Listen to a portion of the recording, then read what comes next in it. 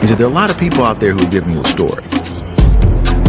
I want to give you a straight story. I think James was the tzaddik for all these groups, sort of like the grandfather of the mountain for all of these groups around which all these groups revolved, but they were all opposed to Roman power in Palestine.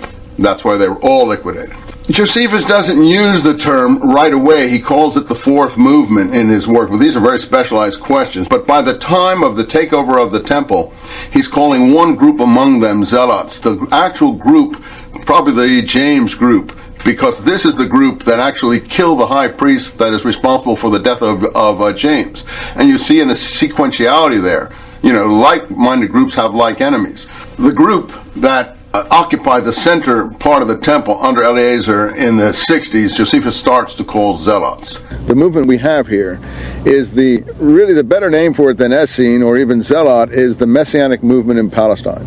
We've said that this literature is tremendously Messianic. We have found this man subverting our nation. He opposes payment of taxes to Caesar and claims to be Messiah, a king. You'll see that Josephus says in one passage of his book about the war against Rome that the thing that most moved the Jewish people to revolt against Rome was the prophecy that a world ruler would come out of Palestine. That tells us that they were moved by the Messianic prophecy and that the revolution against Rome that we often think of political was in fact not simply political but religious and messianic. We think we have here the literature of the movement. We don't say it began in the 1st century. It leads up from the Maccabean period in the 2nd century BC on up through the Herodian period into the 1st century. We think we have here the literature of the Messianic movement. Looking at his disciples, he said, "Blessed are you who are poor, for yours is the kingdom of God. Blessed are you who hunger now, for you will be satisfied. Blessed are you who weep now, for you will laugh. But woe to you who are rich, for you have already received your comfort. Woe to you who are well fed now, for you will go hungry.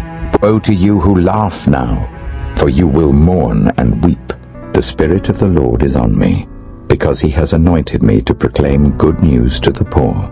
He has sent me to proclaim freedom for the prisoners and recovery of sight for the blind, to set the oppressed free, to proclaim the year of the Lord's favor."